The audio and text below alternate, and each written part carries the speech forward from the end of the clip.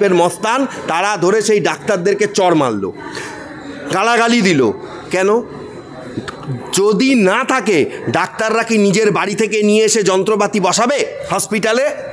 সরকার কোন দিকে? সরকার নাকি শুধু টাকা দিয়েই খালাস? প্যানিক বটন দেওয়া হবে, প্যানিক বটন ক জায়গায় দেওয়া হয়েছে? ইকুইপমেন্টস কোথায়? আপনার যে প্রসঙ্গটা খুবই প্রাসঙ্গিক, এই প্রসঙ্গে আমি কয়েকটা কথা আপনাদের বলবো। প্রথমত হচ্ছে যে আপনারা দেখছেন যে ডাক্তাররা এর আগেও আন্দোলন করেছিল, তারপরে মুখ্যমন্ত্রীর সঙ্গে পরপর 3 বার বৈঠক ভেস্তে যায়। শেষমেশ তার বাড়িতে, মুখ্যমন্ত্রীর বাড়িতে চতুর্থবার গিয়ে বৈঠক হয়। হওয়ার পরে মুখ্যমন্ত্রী কিছু কিছু বিষয় তারা মিনিটস লিখে কিছু কিছু বিষয় মেনে নেন এবং সেই অনুযায়ী কাজও শুরু করে দিয়েছে বলে রাজ্য সরকার বিবৃতি দিয়ে জানায়, এবং আপাতত আন্দোলন উঠে গেছিল।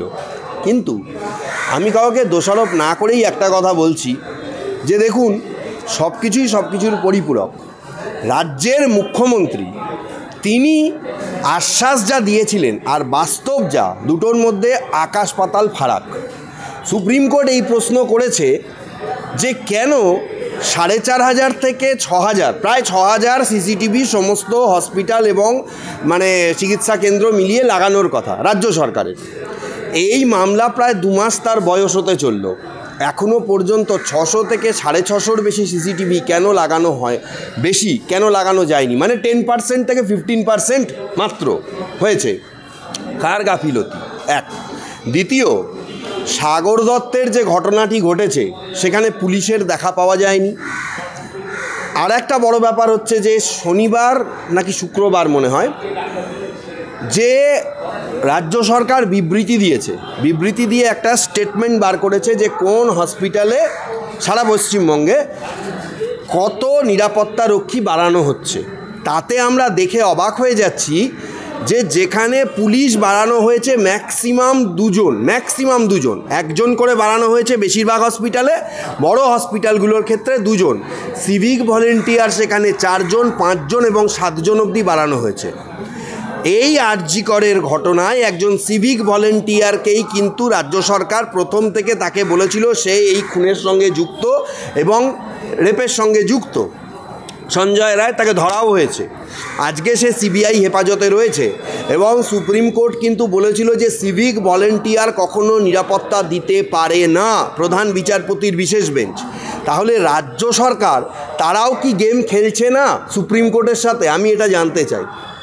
কারণ আপনাকে এটা ভাবতে হবে যে আপনি সুপ্রিমো অফ দি স্টেট, আমি আপনার রাজনৈতিক পরিচয়ে যাচ্ছি না, সুপ্রিমো অফ দি স্টেট, আপনি পুলিশ মন্ত্রী, আপনি স্বাস্থ্যমন্ত্রী, সেই জায়গায় দাঁড়িয়ে আপনি মিনিটস লিখে মিটিং করলেন, মিটিং করে মিথ্যা প্রতিশ্রুতি কেন দিলেন জনগণকে ও ডাক্তারকে?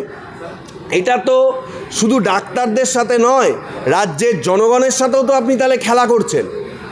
আমি যদি এই প্রসঙ্গ ধরি তাহলে আপনি বলছেন যে ডাক্তাররা আন্দোলন করছে। ঘটনাটা যে ডাক্তাররা যে আন্দোলন করছে এটা জেনে রাখুন, আরজি করে কোনো কাজ হচ্ছে না। অন্যান্য হসপিটালে কিন্তু মোটামুটি যা পরিষেবা পাওয়া যায় ততটা পাওয়া যাচ্ছে না, কিন্তু তার অর্ধেক পরিষেবা পাওয়া যাচ্ছে। আমি ব্যক্তিগতভাবে সেটা জানি, কারণ আমাদের পাড়ারই একটি ছেলে পরশুদিন ছাদ থেকে পড়ে গেছিল, সঙ্গে সঙ্গে তাকে বাঙুর হসপিটালে নিয়ে যাওয়া হয়েছে। হ্যাঁ, এই ডাক্তারদের আন্দোলনের জন্য বাঙুরের মতন কলকাতার বুকে একটা সুপার স্পেশালিটি হসপিটাল বলছে যে সঙ্গে সঙ্গে 2 ঘন্টার মধ্যে নাকি তার অপারেশন করতে হবে, না হলে তার একটা পা পরবর্তীকালে অকেজো হয়ে যাবে বা কেটে বাদও দেয়া হতে পারে। এই পরিস্থিতিতে দাঁড়িয়ে বাঙুর হসপিটালের যারা ডক্টরস তারা তাকে বলেছে যে আমাদের সেই সার্জেনই নেই, যে সার্জেন এই ক্রিটিক্যাল অপারেশন করবে সেই সার্জেন আমাদের নেই, এবং যে মেশিনপত্র দরকার এই ইমার্জেন্সি এই মুহূর্তে 2 ঘন্টার মধ্যে অপারেশন করার জন্য সেটা আমাদের এখানে নেই। তারা আমি অবাক হয়ে যাচ্ছি, তারা এসএসকেএমে বলেছে যে এসএসকেএমে চলে যান, সেখানকার বাঙুরের সিনিয়র ডাক্তার এসএসকেএমে রেফার করেছে, রাত্রি 2টোর সময় সেই পেশেন্টকে নিয়ে এসএসকেএমে যাওয়া হয়েছে এবং তার অপারেশন কিন্তু সফল হয়েছে। সব ডাক্তাররা যদি আন্দোলন করতেন তাহলে নিশ্চয়ই পরশুদিন তার অপারেশনটা হতো না। সুতরাং বাস্তব পরিস্থিতিটাও আমাদের দেখতে হবে। ডাক্তাররা কিন্তু বলেছিলেন তারা 8 ঘন্টা ডিউটি করেন, 8 ঘন্টা ডিউটি করবেন বা 6 ঘন্টা ডিউটি করবেন, তারপর আরও কয়েকজনের ডিউটি যখন শুরু হবে, যাদের ডিউটি শেষ হয়ে যাবে তারা এসে আন্দোলনে যোগদান করবেন। ব্যাপারটা অনেকটা তাই হচ্ছে। সাধারণ মানুষের অসুবিধা হচ্ছে, কিন্তু রাজ্য সরকার, আমি আপনাকে আরও একটা তথ্য দিচ্ছি শুনুন, প্রতিটা জিনিসের মধ্যে খতিয়ে দেখার ব্যাপার রয়েছে। আমি জুনিয়র ডাক্তারদের সঙ্গে কথা বলেছিলাম, আমি স্বাস্থ্য ভবনে ডাক্তারদের সঙ্গে ছিলামও, এর আগের আন্দোলনে 2 দিন আমি গেছিলাম। আমি ডাক্তারদের স্পষ্ট জিজ্ঞেস করেছিলাম যে রাজ্য সরকার যে বিবৃতি দিয়েছে যে 29 জন মারা গেছে আগের বার, তার মধ্যে 10 জন kidney failure, cancer, heart attack. আমি ডাক্তারদের জিজ্ঞেস করেছিলাম, ধরুন 5 জন ক্যান্সারে মারা গেছে, জুনিয়র ডাক্তাররা আন্দোলন করছেন, আপনাকে মাথায় রাখতে হবে এখনও সিনিয়র ডাক্তাররা আন্দোলনের মধ্যে যুক্ত হননি। 5 জন যে ক্যান্সারে মারা গেল, জুনিয়র ডাক্তারদের আমি জিজ্ঞেস করেছিলাম তোমরা কি ভাই ক্যান্সারের ট্রিটমেন্ট করো? তারা পরিষ্কার বলেছিল যে কোনো ক্যান্সার পেশেন্টের ট্রিটমেন্ট আমাদের করতে দেওয়া হয় না, আমরা করতে পারি না। তার কারণ হচ্ছে যে সেখানে সিনিয়ররা কেন ক্যান্সারে কতটা কেমোথেরাপি দিতে হবে, কোন ওষুধ প্রয়োগ করতে হবে, কী অপারেশন হবে, আমরা তাদের পাশে দাঁড়িয়ে অ্যাসিস্ট করি। কোনো বড় রোগের ক্ষেত্রে লিভার ফেলিওর ইত্যাদি বড় বড় রোগ যেগুলো হচ্ছে যে অপারেশন করার দরকার বা খুব ক্লোজ অবজারভেশনে রাখা দরকার, জুনিয়র ডাক্তাররা সেগুলো কিছুই করে না। তারপরে রাজ্য সরকার কায়দা মেরে যা মৃত্যু হয়েছে সেখানে লিখতে শুরু করলো চিকিৎসায় গাফিলতি। আচ্ছা, চিকিৎসায় গাফিলতিটা কিসের জন্য? আমি আপনাকে বাঙুর হসপিটালের এই কথাটা কেন বলছি? চিকিৎসায় গাফিলতি কি শুধু ডাক্তারদের জন্য? বাঙুর কলকাতার বুকে একটা সুপার স্পেশালিটি হসপিটাল, একটা ছেলেকে ওই অবস্থায় নিয়ে গেছে, ডাক্তাররা বলছে ঠিক আছে ওপর থেকে পড়ে গেছে, তার হাড়ে চিড় ধরেছে, ইমিডিয়েট তার অপারেশন দরকার, কিন্তু সেখানে ইকুইপমেন্টস নেই, সেই সার্জেন নেই। এই লজ্জাকার ইকুইপমেন্টস কলকাতার বুকে একটা সুপার স্পেশালিটি হসপিটালে যে নেই, এই লজ্জাকার। এই লজ্জা কোনো ডাক্তারের না সরকারের? কার ওপরে বর্তায়? আমি এটা একটা উদাহরণ দিলাম। আজকে কলকাতা টু কলকাতা রেফার করা হয়েছে বলে, কাছাকাছির মধ্যে বলে তার অপারেশন সাকসেসফুল হয়েছে, সে ভালো আছে, সুস্থ আছে। যদি এটা গ্রামের কোনো ঘটনা হতো, মফস্বলের কোনো ঘটনা হতো যেখানে আরও কোনো ইকুইপমেন্টস নেই, সেখান থেকে কলকাতায় আনতে আনতে তো ওই পেশেন্টের অবস্থা খারাপ হতো। এটা নয় পায়ের ব্যাপার, যদি তার হার্টের সঙ্গে সঙ্গে ব্লকেজ অপারেশন করতে হবে, তাকে তো কলকাতায় আস্তে আস্তে সেই পেশেন্ট মারা যাবে। এটাই তো হচ্ছে।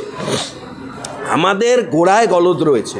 আমরা যখন কোনো দিকে অভিযোগের আঙুল তুলব, আমার মনে হয় সেই অভিযোগগুলো খতিয়ে দেখা দরকার। যে 10 দফা দাবিতে ডাক্তাররা আন্দোলন করছেন তাকে আমি পূর্ণ সমর্থন করি, কিন্তু পাশাপাশি আমি এটাকে সমর্থন কখনোই করি না যে তাদের কর্মবিরতির জন্য সাধারণ মানুষ, সাধারণ চিকিৎসা যারা নেন তাদের কোনো ক্ষতি হোক। তারাও সেই জায়গাটা করার চেষ্টা করছেন। আমি আপনাদের আবার বলছি, আরজি করে চিকিৎসা ব্যবস্থা কিছু এই মুহূর্তে হচ্ছে না। অভয়া ক্লিনিক খুলে আগে কাজ হচ্ছিল, এখন টুকটাক হচ্ছে। বাকি হসপিটালগুলোতে কিন্তু এমার্জেন্সি সহ অন্যান্য ওয়ার্ড সহ সমস্ত জায়গায় খোলা রয়েছে। কর্মবিরতি জুনিয়র ডাক্তাররা করছেন, এখনও পর্যন্ত সিনিয়র ডাক্তাররা তাদের কাজ শেষ করে তাদের সঙ্গে যোগ দিচ্ছেন। কোনো সিনিয়র ডাক্তারকে সেইভাবে তাদের কাজ বাদ দিয়ে কর্মবিরতি, এটা কিন্তু দেখা যাচ্ছে না। এটা হচ্ছে আমার আমি যেটুকু আমার নলেজ আমি আপনাকে সেইটুকু বললাম, কারণ দুটো দিকই আপনাকে দেখতে হবে, কয়েনের দুটো পিঠই রয়েছে। সুপার স্পেশালিটি হসপিটালে যদি ইকুইপমেন্টস না থাকে, আপনি যান হাইকোর্টে 2.5 বছর আগে একটি মামলা হয়েছিল, সেই মামলাতে মধ্যে আমরাও ছিলাম। এই রেফারেন্সে চক্করে রুগী মারা গেছিল, তার বাড়ির পরিবার জনস্বার্থ মামলা করেছিল। হাইকোর্ট বলেছিল যে এই রেফারেন্স কেন, জেলায় যখন সুপার স্পেশালিটি হসপিটাল রয়েছে, মফস্বলে যখন সুপার স্পেশালিটি হসপিটাল রয়েছে, কেন রেফারেন্স করতে হবে কলকাতায়? স্বাভাবিক তাহলে কলকাতার যা বেড ক্যাপাসিটি, কলকাতার যা ডাক্তার ক্যাপাসিটি, কলকাতার তাহলে যা চিকিৎসা পদ্ধতি, সেটা স্বাভাবিক তার উপরে চাপ পড়বে। এই রেফারেন্স হাইকোর্ট বলেছিল 50 to 60% রেফার করে দেওয়া হচ্ছে, এই সংখ্যাটাকে 10%-এ নামিয়ে আনতে হবে। এটা কলকাতা হাইকোর্টের অর্ডার ছিল। আজও পর্যন্ত রাজ্য সরকার সেই অর্ডারকে ইমপ্লিমেন্ট করতে পেরেছে?